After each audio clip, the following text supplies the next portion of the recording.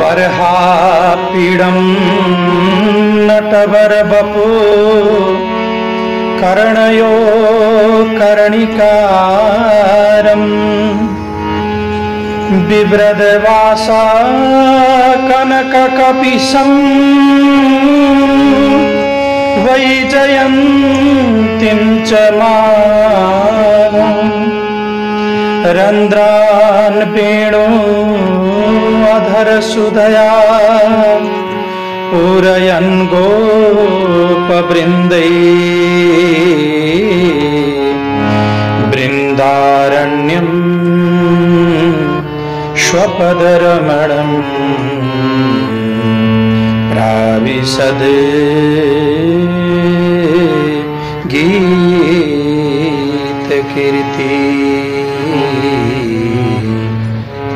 प्राविशद् गीतकीर्ति।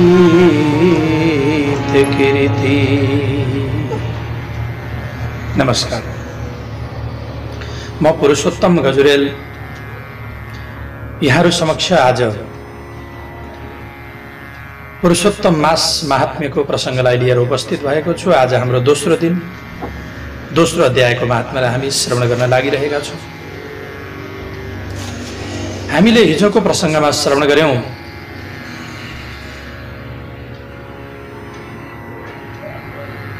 सम्पूर्ण ऋषिमुनिहरू जो 88,000 ऋषिमुनिहरू नैमिषारण्य नाम गरेको क्षेत्रमा बसेर सत्संग गरेर बसिराख्नु भएको थियो। त्यही बेला सूतजी महाराजको आगमन हुन्छ। सूतजी महाराजलाई उच्च आसन दिइसकेपछि सूतजी महाराजसँग प्रश्न गर्न थाल्नुभयो। हामी पुरुषोत्तमको कथा सुन्न चाहन्छौं, अधिक मासको महात्म्यलाई श्रवण गर्न चाहन्छौं। कृपा गरेर हामीलाई अधिक मासको महात्म्य श्रवण गराइदिनुस्, पुरुषोत्तमको महात्म्य श्रवण गराइदिनुस् भनेपछि सुन्दर किसिमको प्रसंगलाई ल्याएर, परीक्षितजी महाराजको प्रसंगलाई ल्याएर राजा परीक्षित श्रृंगी नाम गरेका ऋषिका श्रापद्वारा श्रापित भएर गंगाजीका किनारमा आउनुभएको थियो।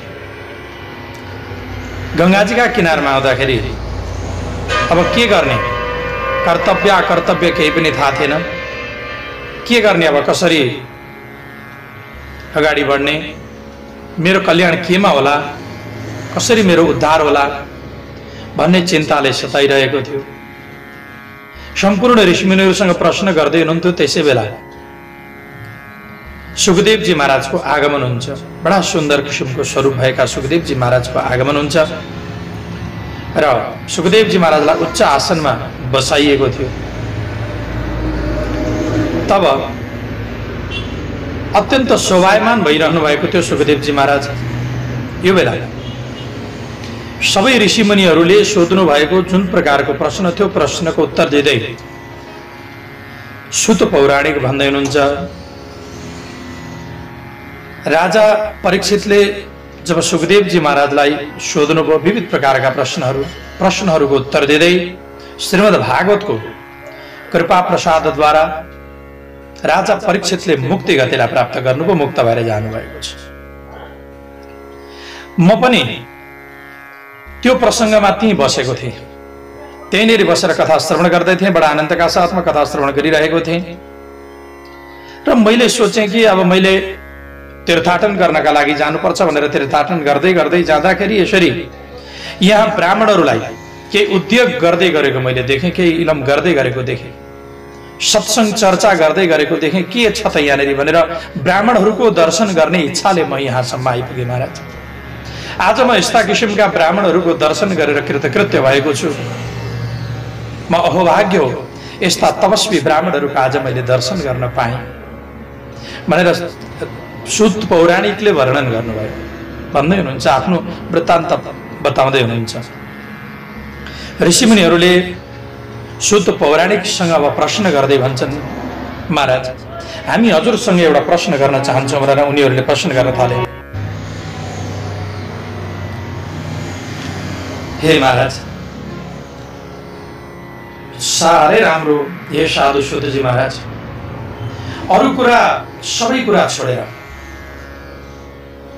कृष्ण द्वैपायन वेदव्यासजी महाराजका मुखारविन्दबाट उहाँका कृपा प्रसादद्वारा तपाईले जो सुन्नु भएको छ अपूर्व किसिमको जुन विषय छ हामीलाई बताउनुस्। सारको पनि सार, सारात सारतरम पुण्यम कथम आत्मप्रसादनी, त्यस्तो किसिमको सारको पनि सार, पुण्यमय अमृत भन्दा पनि अत्यन्त श्रेष्ठ होस् त्यस्तो किसिमको कथा हे महाभाग हामीलाई पिलाउनुस्। कथा पान गरिन्छ कहाँबाट? कानबाट। कथा पान गर्ने हो कानबाट। जहिले पनि हामीले कथा पिउँदाखेरि कानबाट पान गर्ने गरिन्छ। तसर्थ हामीलाई अमृत भन्दा पनि अत्यन्त उत्तम किसिमको कथाको पान गराइदिनुहोस् महाराज। हामी कथा पानका रसलम्पट भएका छौँ। भनेपछि सोध पौराणिकजी महाराज भन्नुहुन्छ, आज म धन्य भएँ। म जस्तो व्यक्तिलाई हजुरहरूले यसरी सोधिराख्नु भएको छ। म एउटा विलोम जातिको एउटा सुत हो। सुतसँग मलाई तपाईहरूले प्रश्न गर्दै हुनुहुन्छ र मैले जे जति मेरा गुरुदेव वेदव्यासजी महाराजद्वारा श्रवण गरेको छु, सुखदेवजी महाराजद्वारा श्रवण गरेको छु, यथाधीतम यथामति, जस्तो प्रकारले मैले अध्ययन गरेको छु, जस्तो मति छ मेरो त्यही हिसाबले म हजुरहरू समक्ष पनि यहाँ प्रस्तुत हुन गइरहेको छु। हजुरहरूलाई जे जति मैले जानेको छु सबै कुरो म हजुरहरूलाई वर्णन गर्न गइरहेको छु। सुन्नुहोस्, एक समयको कुरो, एकदा नारदो गच्छन्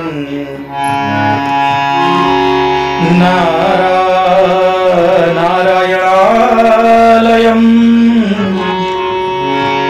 तापसैर्बहुभिः सिद्धैः देवैरपि निषेवितम्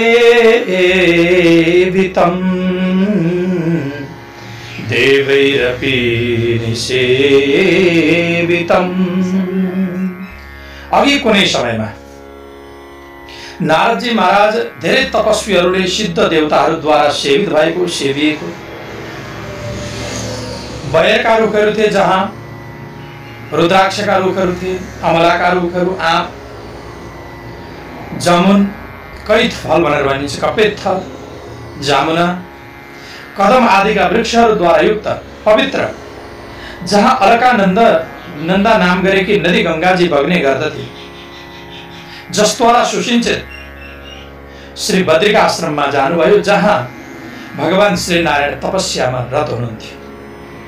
भगवान श्री नारायणलाई दण्डवत गर्दै परब्रह्म परमात्मामा आफ्नो मनलाई तल्लीन राखेका, इन्द्रियहरूको आकर्षणलाई जसले जितिसकेका छन्, इन्द्रियातीत भइसक्नु भएको छ, इन्द्रियजित भइसक्नु भएको छ, काम, क्रोध, लोभ, मोह, मदमात्सर्य यी 6 विकारहरूमाथि विजय प्राप्त गरिसकेका, यसलाई जितिसकेका, देदीप्यमान जसको स्वरूप रहेको छ, धप धप धप बल्दै गरेको स्वरूप छ, देवताका पनि देवता तपस्वी नारायणलाई दण्डवत गरेर नमस्कार गर्दै हात जोडेर नारद मुनि स्तुति गर्न थाल्नुभयो। हे देवदेव, हे जगन्नाथ, अनन्य भावद्वारा स्तुति गर्नुभयो। हजुर सत्यव्रत हुनुहुन्छ, तीनै सत्य, तीनै कालमा हजुर सत्य हुनुहुन्छ, भूत भविष्य वर्तमान कालमा सत्य रूप लिएर हुनुहुन्छ, सधैँभरि हजुरको विद्यमानता रहिरहेको हुन्छ। हे प्रभु, हजुर तपस्यामा लीन हुनुहुन्छ, परम मर्यादा स्वरूप हुनुहुन्छ, म हजुरका शरणमा आएको छु। यदि यस्तो प्रकारले कोही व्यक्तिले तपस्या नगर्ने हो भने यो पृथ्वी डुबेर जान्छ। कलियुगमा त्यस्ता किसिमका पापी व्यक्तिहरू बढेर जान्छ। पापिष्टहरूको चारैपट्टि बोलबाला हुनेछ। धर्मात्मा व्यक्तिहरूले साह्रै दुःख पाउनेछ। पापी व्यक्ति बढेर आयो भने भूकम्प आउनेछ, प्रलय हुनेछ, आदि तुफान, त्यस्ता विविध प्रकारका प्रकोपहरू भएर जानेछन्। आगलागी भयो, अनेक प्रकारका प्रकोपहरूबाट बचाउनका लागि हजुर यसरी तपस्या गरिरहनु भएको छ। जस्तो पहिले सत्ययुगमा एउटाले गरेको पाप वा पुण्य समस्तले भोग्नु पर्ने हुन्थ्यो, तर त्यस्तो स्थिति हटाएर कलियुगमा यदि एउटाले पाप गर्दछ भने उसैले मात्र भोग्ने। र एउटा व्यक्तिले पुण्य गरेको छ भने धेरै व्यक्तिहरूको जुन पाप छ त्यसलाई प्रक्षालन गरिदिने किसिमको शक्ति हजुरले बनाउँदै हुनुहुन्छ। सबैको हित गर्ने कुरो गर्दै गर्नुहुन्छ। हजुर सबैमाथि कृपा गर्नुहुन्छ। हजुर कृपा गरिदिनुहोस् महाराज। विष्णु उपकार प्रिय हुनुहुन्छ भन्ने कुरो मैले सुनेको छु। उपकार प्रियो विष्णु रीति वेदे विनिश्चितम् रीति वेदे विनिश्चितम्। वेदमा पनि यो कुरो बताइएको छ कि उपकार प्रिय हुनुहुन्छ अरे विष्णु। त्यसकारणले प्राणी मात्रका उपकारका लागि जसको श्रवणले निर्भय पद मोक्ष गति प्राप्त हुन सकोस् त्यस्तो किसिमको कथाको सार बताउनुहोस् महाराज। यसरी नारद मुनिको यो कुरोलाई सुनेपछि, यस्ता प्रश्नहरूलाई सुनेपछि भगवान श्री नारायण, तपस्वी नारायण मुसुक्क मुस्कुराउनुभयो। अनि मुस्कान कस्तो थियो भने यो सारा संसारलाई पवित्र पार्ने किसिमको थियो। त्यस्तो किसिमको मुस्कानका साथमा भन्न थाल्नु भएको छ, बाबु सुन, गोपीजनहरूका मुख कमलका भ्रमर, रास क्रीडाका सर्वे सर्वा, रसिक जनहरूका अलङ्कार। जो रसिक जनहरू छन्, रसिक जनहरूले परब्रह्म परमात्मा भगवान श्रीकृष्णको कथालाई नै सर्वे सर्वा मान्ने गर्दछन्। उनीहरूले कुन गहना लाउँछन् त भन्दा परब्रह्म परमात्मा रूपी कृष्णका कथाको गहना लगाउँदछन्। गहना नै त्यही हुने गर्दछ। यी संसारका गहना भनेका आज छन्, भोलि छैन। साथमा लिएर जाँदाखेरि ती गहना लिएर जान पाइँदैन। यदि कोही व्यक्ति मरेर गयो भने हातमा औँठी छ भने खोलेर निकालिदिन्छन्। नाकामा फुली 2 लाखको फुली छ भने पनि त्यो बाँकी राख्दैनन्। होइन, यसलाई डराउनु हुँदैन, काम दिन्छ जिउँदा मान्छेलाई भन्छ, त्यो पनि राख्छ। साथमा केही पनि जानेवाला छैन। जान्छ के त भन्दा परब्रह्म परमात्माका गुणानुवादरूपी कथारूपी जुन अलङ्कार छ त्यो मात्रै हाम्रा साथमा जानेवाला छ। अरू केही पनि हाम्रा साथमा जानेवाला छैन। जो ब्रजका मालिक हुनुहुन्छ, आदि पुरुष हुनुहुन्छ, भगवान यस्ता किसिमका आदि पुरुष भगवानको कथा हे नारद तिमी यसलाई सुन। जुन परब्रह्म परमात्माको भ्रिकुटी विलासद्वारा एकचोटि आँखा झिमिक्क गर्दाखेरि प्रलय भएर जान्छ, सारा संसार नष्ट भएर जान्छ। एकचोटि आँखा झिमिक्क गर्दाखेरि सारा संसार फेरि जस्ताको तस्तै विश्वको रचना भएर जान्छ। हे नारद, यस्ता शक्तिशाली परब्रह्म परमात्मा को तिमी सुन सम्पूर्णको यिनको वर्णन गर्न गइरहेको छु। यसरी सबै कुरो यस्तो शक्ति कसले ग्रहण गर्न सक्दछ यो पृथ्वी तलमा? तसर्थ नारद, वाणीले वर्णन गर्न सक्दैन जो अनिर्वचनीय छ। वाणीको विषय होइन परमात्मा।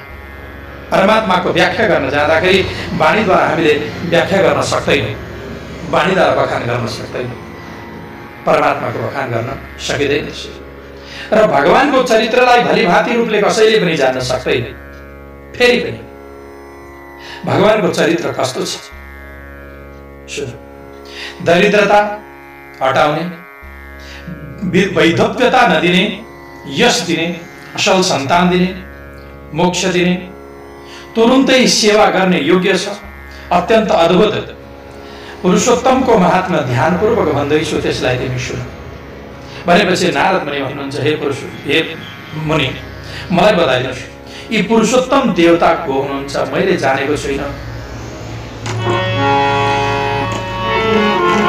पुरुषोत्तमस्तु को देवो महात्म्यं तस्य किं मुने अत्यद्भुतामिवा भाति विस्तरेण वदस्व मे विस्तरेण वदस्व मे। महाराज, मलाई एउटा कुरो बताइदिनु पर्यो, विस्तारपूर्वक मलाई भनिदिनु पर्यो। यो पुरुषोत्तम भन्ने को मैले जानेको छैन। हजुरले पुरुषोत्तम भनेर भन्नुभयो, त्यसको महात्म्य के रहेको छ? पुरुषोत्तम कुन देवता हो? मलाई आश्चर्य लाग्दैछ। यसै कारण यो विषय मलाई विस्तारपूर्वक हजुरले बताइदिनुहोस्। सुतजी महाराज वर्णन गर्दै हुनुहुन्छ यस्तो प्रकारले। नारदजीले भनेपछि यी कुराहरूलाई सुनेर नारायणले एक मुहूर्तसम्म एकछिन शान्त रहनु, भगवानको ध्यान गर्नु ध्यानमा तल्लीन हुनुभएको छ। अनि नारायणले भन्न थाल्नु, पुरुषोत्तम भन्ने महिनाको नाम हो, यसलाई तिमी सुन। र सम्पूर्ण महिनाहरूका आफ्ना स्वामी हुन्छन्, आफ्ना देवताहरू हुने गर्दछन् र उनै परब्रह्म परमात्मा दयाका खानी त्यो पुरुषोत्तम महिनाका स्वामी मानिनुहुन्छ। उनै परब्रह्म परमात्मा रास बिहारी भगवान श्रीकृष्ण पुरुषोत्तम महिनाका स्वामी मानिनुहुन्छ। त्यसै कारणले गर्दा यो महिनालाई पुरुषोत्तम महिना भनेर भनिएको छ। पुरुषोत्तमको प्रतिविधानले भगवान पुरुषोत्तम अत्यन्त प्रसन्न हुनुहुन्छ, साह्रै खुसी हुनुहुन्छ पुरुषोत्तम भगवान। त्यो बेलामा नारदजी महाराज भन्दै हुनुहुन्छ कि मधुमास अनेक नामहरू छन्, ती आफ्ना आफ्ना मालिकहरूले सहित भएका छन् भन्ने कुरो मैले सुनेको छु। तिनीहरूमध्ये जुन यो पुरुषोत्तम छ, यो महिना मैले आजसम्म सुनेको थिएन नि महाराज। हे कृपानिधि, पुरुषोत्तम महिना भनेको कुन हो र त्यसका स्वामी कृपाका खानी पुरुषोत्तम कसरी हुनुभयो, यो सबै कुरो म जान्न चाहन्छु। मलाई बताइदिनुहोस्, विधानपूर्वक बताइदिनुहोस्। यो पुरुषोत्तम महिनाको स्वरूप बताउनुहोस्। त्यस पछाडि पुरुषोत्तम महिनामा के गर्नुपर्दछ, कसरी नुहाउनु पर्दछ, कसरी दान गर्नु पर्दछ, के कुराहरू दान गर्ने हो, यो महिनामा जप कसरी गर्ने, उपवास कसरी गर्ने, पूजा कसरी गर्ने, यसका साधनहरू के रहेका छन्। यसको विधिपूर्वक उपासना गर्नाले, विधिपूर्वक नियमहरूलाई पालन गर्नाले कुन देवता खुसी हुनुहुन्छ अथवा के फल प्रदान गर्नुहुन्छ। हे तपोधन, साधुहरू र दुखीमाथि दया गर्नेहरूले सोधिएका कुरा जे जति छन् मैले यो हजुरहरूमाथि हजुरसँग सोधे प्रश्न गर्ने एउटा मैले समर्पण गरेको छु, दृष्टता गरेको छु। मलाई वास्तविक कुरो बताइदिनुहोस्। यो पृथ्वीमा कोही व्यक्तिहरू अर्काका भाग्यका पछाडि लागेका छन्, अर्काले गरिदेला र खाउला भनेर बसेका छन्। कोही दरिद्रताले पीडित भएका छन्, कोही सधैँ रोगी रहने गर्दछन्, आइया यता दुःख भन्छन्, आइया उता दुःख भनेर भन्ने गर्दछन्। कोही छोराछोरी चाहनेवाला व्यक्ति छन्, कोही जड छन्, कोही लाटा छन्, कोही दाम्भिक छन्, कोही आडम्बर छन्, बाहिर देखावटी आडम्बर मात्रै गर्दछन्। कोही मैला लुगा लगाउने छन्, कोही ईश्वर नमान्ने नास्तिक किसिमका व्यक्तिहरू पनि छन्, कोही लम्पट छन्, कोही जर्जर किसिमका छन्, कोही अर्काको सेवा मात्रै गर्नमा तत्पर भएका छन्। अनि कोही व्यक्ति आशा गरेको छ, आशा गरेर खुब मेहनत गर्दछ, तर त्यो प्राप्तव्य वस्तु जुन वस्तुको लागि उसले मेहनत गरेको त्यो वस्तु उसले प्राप्त गर्न सक्दैन, त्यसलाई उसले प्राप्ति गर्न सक्दैन महाराज। कोही व्यक्ति मनोरथ नपुगेका व्यक्तिहरू छन्, शक्तिहीन छन्, कुरूप छन्, रोगी छन्, लुला लङ्गडा कतिजना व्यक्तिहरू त काना अन्धा पनि छन्, इष्टमित्र परिवार आदिबाट जो अलग भएका छन्, बाबुआमाबाट अलगिएका छन्, शोक दुःख आदिद्वारा अत्यन्त पीडित छन्, उत्क्रान्त मन भएको छ, जस्तो अत्यन्त दुखी भएका छन्, आक्रान्त मन भइसकेको छ। आफ्ना इष्ट व्यक्तिहरू त्यागेका मान्छेहरू छन्। जन्मिने बित्तिकै कोही व्यक्तिहरूले अर्कैका घरमा हुर्किनु पर्ने स्थिति छ, आफ्ना घरमा हुर्किन पाउँदैन, आफ्ना बाबुआमाको प्रेम पाउन पाउँदैन। चारैपट्टिबाट उनीहरूलाई दुःखै दुःख मात्र छ। अब यो कुरोमा जान्न चाहन्छु, जुन अनुष्ठान व्रत नियम गर्नाले, सुन्नाले, पढ्नाले, सिक्नाले त्यस्तो किसिमको अवस्थालाई प्राप्त हुनु नपरोस्, कृपा गरेर त्यस्ता नियम छन्, त्यस्ता व्रत छन्, त्यस्ता विधान छन् भने मलाई कृपा गरेर बताइदिनुहोस्, म जान्न चाहन्छु। जति पनि यी दोष समूहबाट मान्छेहरूलाई म दुखी देख्दछु नि, दुखी देखेपछि मेरो मन हृदय कुडिएर जान्छ, भित्रभित्र अत्यन्त मेरो पनि मन दुखी हुन्छ, म काम्न थाल्दछु भित्रभित्र। त्यसै कारणले गर्दा महाराज, जति पनि यो संसारमा भएका दुखी जनहरू छन्, तिनीहरूको दुःख कसरी दूर हुन सक्दछ, कृपा गरेर मलाई बताइदिनुहोस्, म जान्न चाहन्छु। मेरो मनलाई प्रसन्न पार्ने विषय विस्तारपूर्वक बताउनुहोस्, किनभने हे प्रभु, तपाईँ सबै कुरो जान्नेवाला हुनुहुन्छ, तपाईँ सबै तत्त्वका बडा खानी हुनुहुन्छ, तत्त्वका भण्डार हजुर ठुलो सागर हुनुहुन्छ। यस्तो प्रकारले जब नारद मुनिले भन्नुभयो, ब्रह्माका पुत्र नारद मुनिले सोधिएका यी सबै हितकारक जुन प्रश्नहरू छन्, रसिला बडा मिजासिला राम्रा किसिमका प्रश्नहरूलाई सुनिसकेपछि देवताका पनि देवता अनि चन्द्रमाको किरण जस्ता शान्त नारद मुनिलाई सम्मान गरेर नवीन मेघको गर्जना जस्तै गरेर मेघको गर्जना जस्तै प्रकारले धीर गम्भीर वाणीमा उनी नारायणले भन्न थाल्नु भएको छ। अब के भन्नुभएछ त? कुन पुण्य गर्नाले अथवा पुरुषोत्तम मास के कारणले गर्दा पुरुषोत्तम नामद्वारा प्रख्यात भए, के कुरो गर्नुभएछ, यी सम्पूर्ण प्रसङ्गलाई हामी योभन्दा अगाडिको अध्यायको प्रसङ्गमा श्रवण गर्नेछौँ भन्दै अहिलेसम्मका यी द्वितीय अध्यायका दोस्रो अध्यायका सम्पूर्ण कथावस्तुहरू उनी श्री परब्रह्म परमात्माका चरणकमलमा समर्पण गर्दै म पनि आजको यो प्रसङ्गलाई यहाँहरू समक्षबाट यही विश्राम दिँदै फेरि भोलि हामी यहाँहरू समक्ष प्राप्त हुनेछौँ, भेट हुनेछौँ भन्दै अहिलेसम्मका प्रसङ्गहरूलाई उनी परब्रह्म परमात्माका चरणमा समर्पण गर्न चाहन्छु। जय जय श्री प्रिय नारदीय पुरुषोत्तम मास महात्म्य श्री नारायण नारद संवादे प्रश्न विदर नाम द्वितीय। श्री कृष्ण गोविंद हरे मुरारे